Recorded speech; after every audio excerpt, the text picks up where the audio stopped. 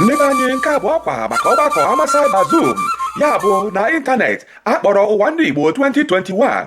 N'ọgbakọ a ga-akpa ihe gbasara mwelite asụsụ na omenala Igbo. Ndị be anyị isiokwu ọgbakọ a bụ asụsụ Igbo na omenala Igbo na ụwa ọhụrụ. Uwandiigbo Academy na ngalaba ụlọ akwụkwọ Global Interdisciplinary Studies GIS n'aha mkpirisi nke mahadum Villanova USA na-ama akwa na ọgbakọ asụsụ Igbo Uwandiigbo nke afọ a Uwandiigbo 2021 bụ mgbe ụbọchị ga-adị na 11 ruo 13 nke ọnwa Nọvemba afọ 2021 na mmalite elekere 3 nke ehihie, ya bụ 3 PM n'oge nke Nigeria. Ụfọdụ nsoji isiokwu Uwandiigbo Academy ga-eleba anya bụ nchekwa na nkwalite asụsụ Igbo, ndọrọndọrọ ọtọgrafi Igbo, Ngli Igbo na ụtọ asụsụ Igbo, omenala na njirimara Igbo, okpukperechi ụzọ Kraịst na njirimara Igbo, uwe ochie na nke taa ha bụ otu Igbo, ka esi were omenala Igbo n'ejije Nollywood na ọtụtụ isiokwu ndị ọzọ ga. onye isi otu abụọ ka mmụta Omenka Ejikeze na-akpọ ndị Igbo niile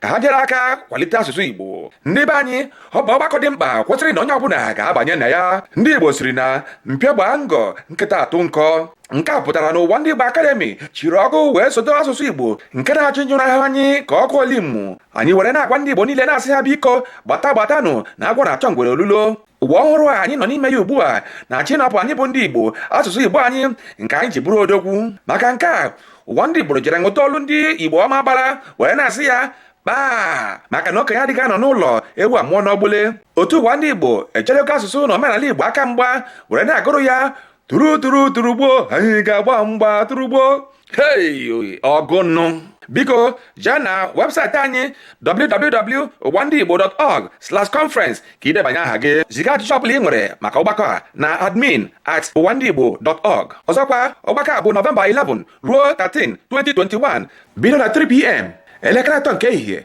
oge nke Nigeria kwa ụbọchị. Birikwanụ.